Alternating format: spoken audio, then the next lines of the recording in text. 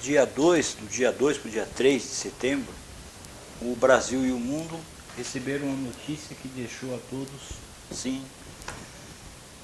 boquiabertos. O incêndio do Museu Nacional, Museu Imperial, ele é uma coisa assim muito importante. Foi talvez uma das notícias, para mim, as mais tristes do ano, uma coisa realmente lamentável.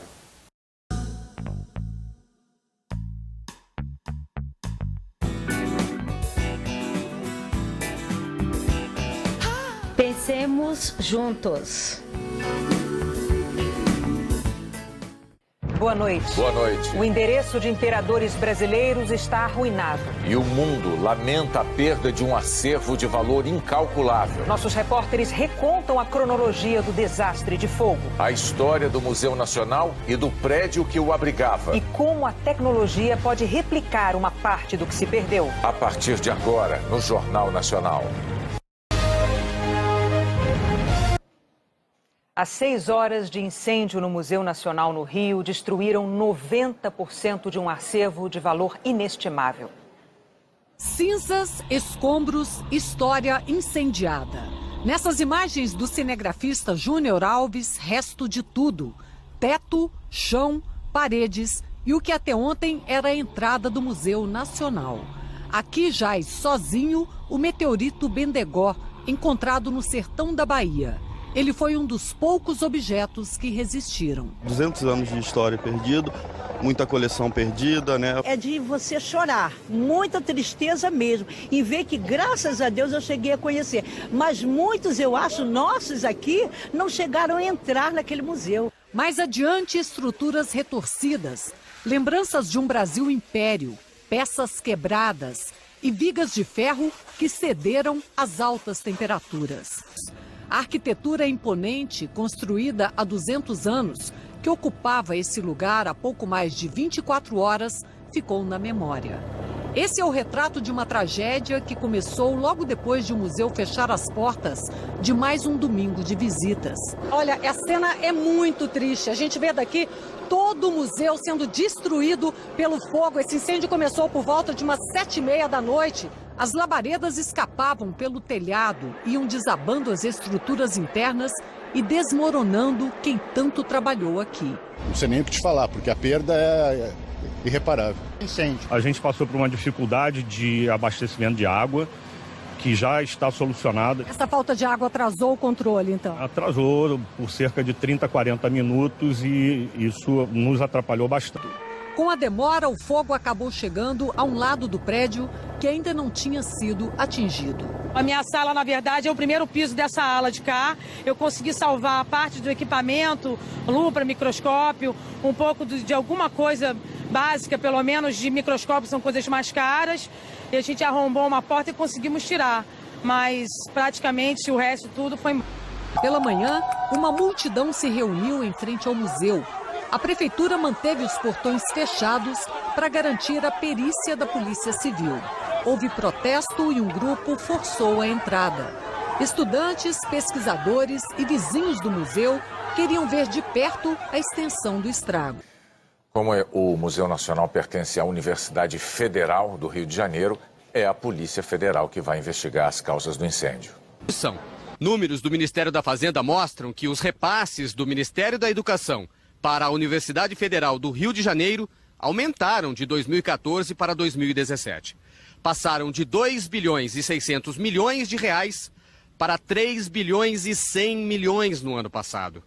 Só que o aumento de R$500 bilhão foi praticamente todo usado no pagamento de pessoal, que saltou de 2 bilhões e 100 milhões para 2 bilhões e 600 milhões. Uma coisa realmente lamentável. E no meio do processo eleitoral, isso tem até alguma relevância. E o que me chama a atenção é que o Museu Nacional, assim como aconteceu aqui em São Paulo, também, Museu da Língua Portuguesa, que incendiou-se, houve muita polêmica e muitas pessoas abriram esse questionamento apontou-se, né, para o dedo para a esquerda. E isto faz bastante sentido. Algumas pessoas dizendo que não tinha verba e tal, e nós sabemos que não é verdade, existia verba. Mas o que se veiculou foi algo muito complicado, duro, difícil, complicado, que é essa questão muito ligada à esquerda, de se tentar acabar com a memória de um povo, acabar com as raízes de um povo. Nós somos basicamente aquilo que nós lembramos que nós somos, ou que nós temos consciência de que nós somos. Então, quando você tenta apagar a memória, e não tem, é complicado. Eu, pessoalmente, fiquei muito chateado, cheguei a conhecer o museu, estive lá, e para mim foi uma coisa muito triste demais. E aí, esses dias eu estava revendo um livro, que eu vou até indicar aqui a vocês, que é do Laurentino Gomes, que é 1822. Esse livro é uma trilogia que fez bastante sucesso no Brasil, faz bastante sucesso, 1808, 1889, e esse livro fala sobre, obviamente, a nossa independência. É um livro maravilhoso, é um livro com uma linguagem muito acessível, muito fácil.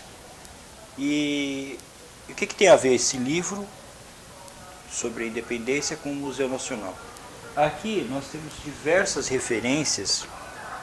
Você lê aqui, ele escreve toda a saga da independência brasileira, que, aliás, na minha opinião, foi a história de independência mais bonita que já houve no planeta Terra. A independência do Brasil foi realmente um capítulo assim maravilhoso. E aqui você tem vários documentos que ele dá referência, as cartas trocadas entre pai e filho, né, Dom Pedro II e Dom Pedro I, cartas trocadas entre Dom Pedro e a Domitila do Castro Cantinelo, enfim, quadros, gravuras, coisas realmente maravilhosas que estavam lá no museu e que infelizmente viraram cinza. Uma das coisas mais criminosas da esquerda, dos comunistas em especial, é essa coisa de acabar com o passado, de tentar liquidar o passado, de tentar liquidar com as tradições. A ideia é muito simples, vamos acabar com o passado, que a gente constrói uma sociedade nova, com valores novos, com conceitos novos, né?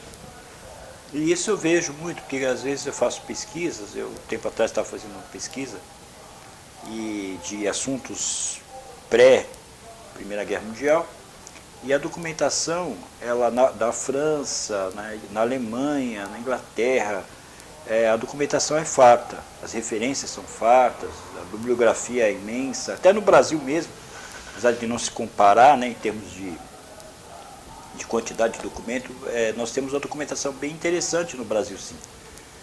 E aí você procura algumas coisas da pré-Revolução Russa de 17, da União Soviética, você até encontra, mas não na Rússia, você encontra em outros lugares. Engraçado isso.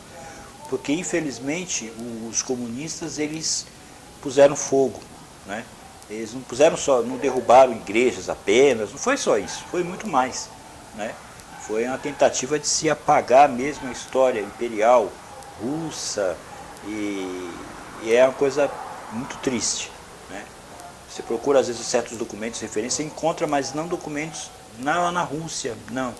Você encontra muito documento na França, em outros países, porque na Rússia mesmo é um pouco difícil. E isso é triste, né?